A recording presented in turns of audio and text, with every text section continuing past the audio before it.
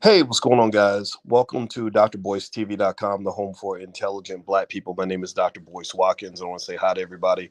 I hope you guys are doing well. Hit the thumbs up button as you come in. Also, shout out the city you're from. Let me know what city you're from. So let me hop into this conversation, just jump right to the topic. The topic I wanted to quickly discuss has to do with a couple scholars that you might recognize on the screen. One is named Marc Lamont Hill. The other one is Michael Eric Dyson. Somebody sent me something today, and I shared the clip on my Instagram. My Instagram is the real Boyce Watkins, and apparently, these two brothers really had an issue with me. I was really kind of surprised that they were so angry at me and taking these really interesting shots. Um, and I'm going to talk about it, but I really don't want to talk about this from a narcissistic standpoint. I don't want to be, this is part of the game. When you do what you do, people say things. Sometimes you agree, sometimes you disagree, and it is what it is. But I felt like it was worth addressing because there are things that there are bigger points I think that need to be made in this kind of discourse. So first off, I want to say hi to everybody. Hey, Kevin Bonner, what's going on, brother? Kevin Bonner TV. Dr. Larry Ben Jacob, DDS, I see you, man. Thank you so much for your support. Vernon Johnson, Max Jerome. I mean, some of y'all are staples up in here, and I see you regularly, and I appreciate you so much. And so that's the first thing I got to do because y'all are always more important than any of this nonsense. So first, I'm going to start off. You guys know I like to ask simple questions to make more complicated points. So let me start with a real simple question. How many of y'all are a little bit irritated when you see black public figures kind of taking shots at each other in public? When you see us beefing like rappers, how many of you would just rather put an end to that? How many of y'all, would rather see us kind of working together on stuff as opposed to fighting each other and all this other stuff going back and forth? Give me a yes in the chat if you're kind of like, come on, man, like stop this. Like this is disappointing. We don't want to see this. I like all of y'all. How many of you get a little tired of that? So I want to start right there because I'm going to put my yes in the chat because I agree with you 100%. I personally don't like it. I think it's very immature. I think it's also driven by ego. I think that, because what happens is you get in the public eye and everybody's kind of like, look at me. And they're thinking about what other people see when they look at them. And sometimes you get goaded into it. I mean, even I've gotten into points where I've been like, come on, man, why would you say that? Let me respond to that. So I get it. It's ridiculous. It's embarrassing. It's immature. You don't want to see 40, 50-year-old men acting like kids. So that that point I 100% agree with you on. And I want to provide another perspective on this to also help you kind of see this. Number one, people are not always going to agree on everything. You're not going to be aligned on everything. Sometimes you are going to have disagreements. And if you look in the white community or any other community, you will see people, so-called prominent people that don't see eye to eye. Elon Musk might get into a back and forth with Bernie Sanders or somebody else on Capitol Hill, Nancy Pelosi or somebody, and it just happens, right? It's just kind of par for the course. So these things are going to happen. And it's hard to sort of live in a world where everybody's kumbaya, everybody's on the same page, everybody agrees,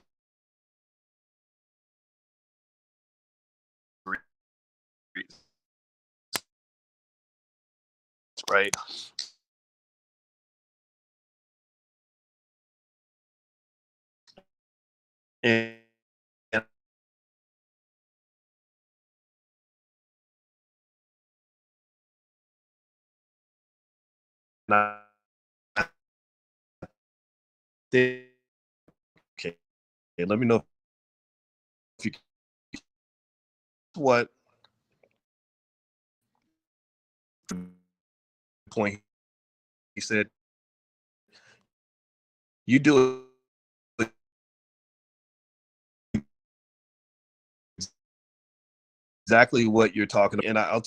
And crap. Shoot, hold on, let me see if I can get better audio. Can you guys hear me okay? Let me know if you can hear me okay. Give me a yes if you can hear me all right. Because I don't know what's going on with the audio. I'm on the road, and when I'm traveling, sometimes the streams go bad. Can you guys hear me okay? Give me a yes.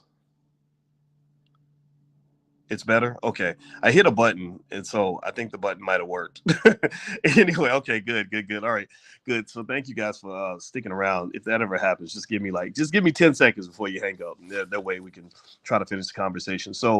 Um, so you are right. I don't think any of us is perfect, and I know that there had been times where I felt a little bit attacked, and I did defend myself. But at the same time, maybe I've attacked other people too. And here's the thing that I will say that I try to do that I think is something to think about is I try to separate the ideas from the person. I try to sort of not say that you're illegitimate in every way. Like, okay, you have no right to exist. You're totally unskilled at what you do. You suck. I will I might say you're good at what you do, but I don't think that what you're doing is beneficial. I don't think that your ideas are good for the Black community. So that's where I would stand, for example, with Roland Martin. Is Roland is a good journalist. I've always felt like Roland is committed to what he does. I just would say that from my own personal politics, I'm not a big fan of scenarios where you have Black people that are deeply beholden to the Democrat or Republican parties.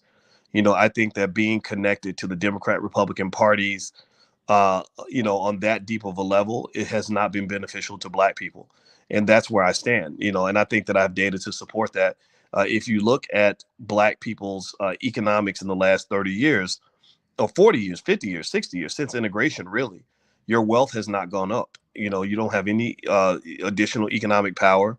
And these people keep playing. You're voting in every election, just like they're telling you to do. And you're getting ignored on a regular basis. Your communities are still falling apart. Your families are still falling apart. Your kids are not being educated.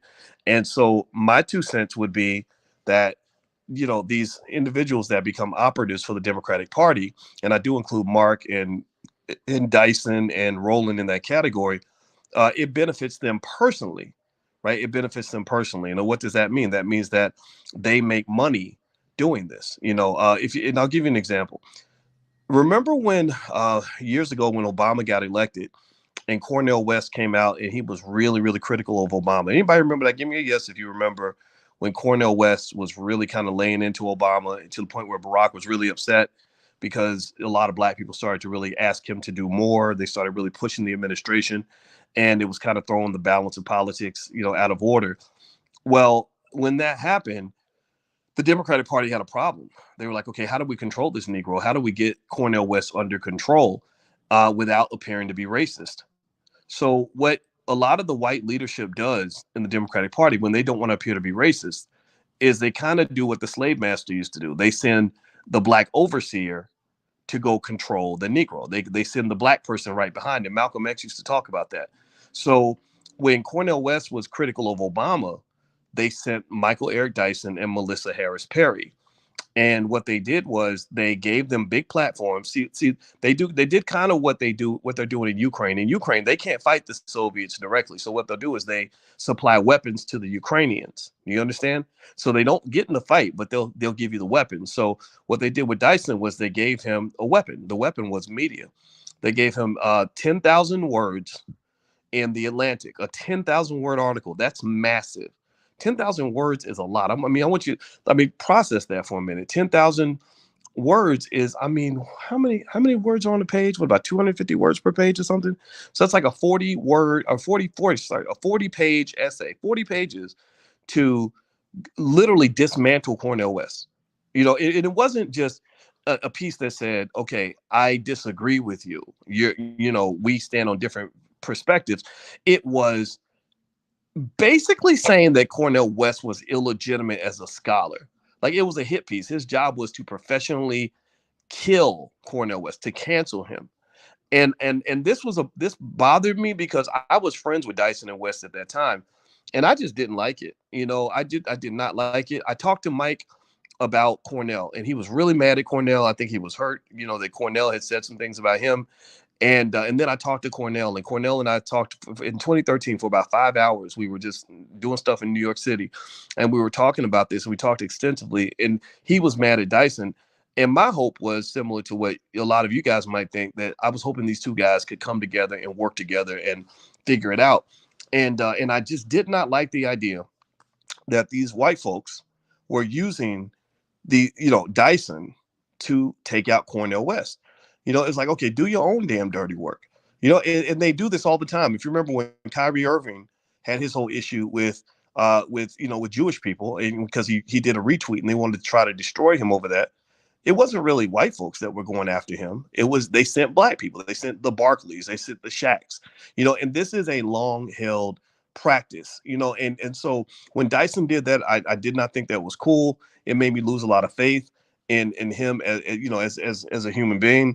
And also the other thing too that was really fascinating to me that I really was confused by at the time. I'm not so confused by it 10 years later because now I understand the game better. But does anybody remember this? Give me a yes or no if you remember this. Does anybody remember when Obama got elected? I think it was his reelection. It was either the reelection or maybe it was the first. I think it was. I can't remember if it's the reelection or the first election. But does anybody remember when Dyson was really, really super, super critical of Obama? I mean, going at him hard. Go look it up. He went on radio shows and he was basically calling him every sellout that you could possibly be and saying all these crazy things about Dyson, just going hard at this guy, right? And I mean, sorry, Dyson was saying all these things about Obama, and not that he didn't deserve it, but I was kind of like, wow, he's being really dramatic with this, right? And then about 2 weeks later, his tone completely changed.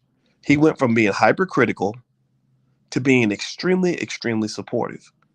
And I remember I saw Dyson at an event in, I think it was at Brown University, because I debated him about hip hop and the fact that I believe rappers and their words have an influence on the community, and I think he's more into free.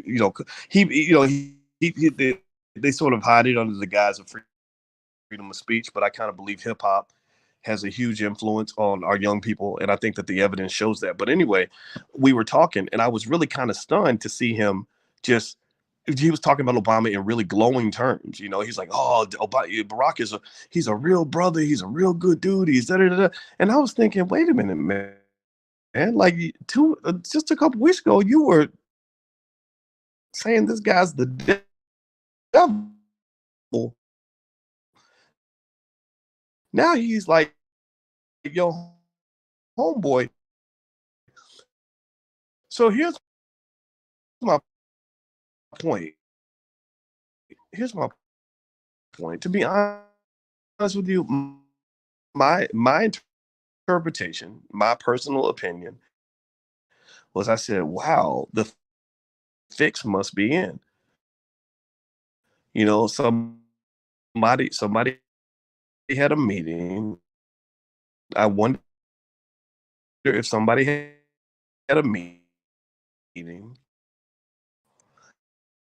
and made a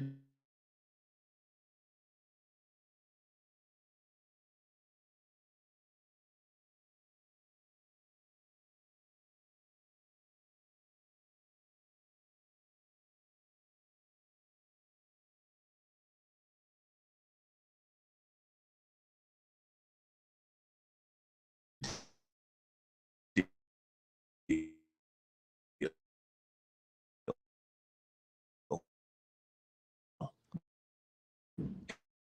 and hooked you up, and now your interpretation is completely different. Now you're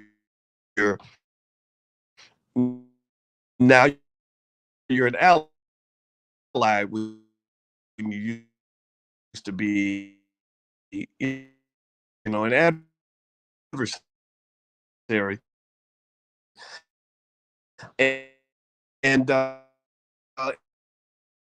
and this is kind of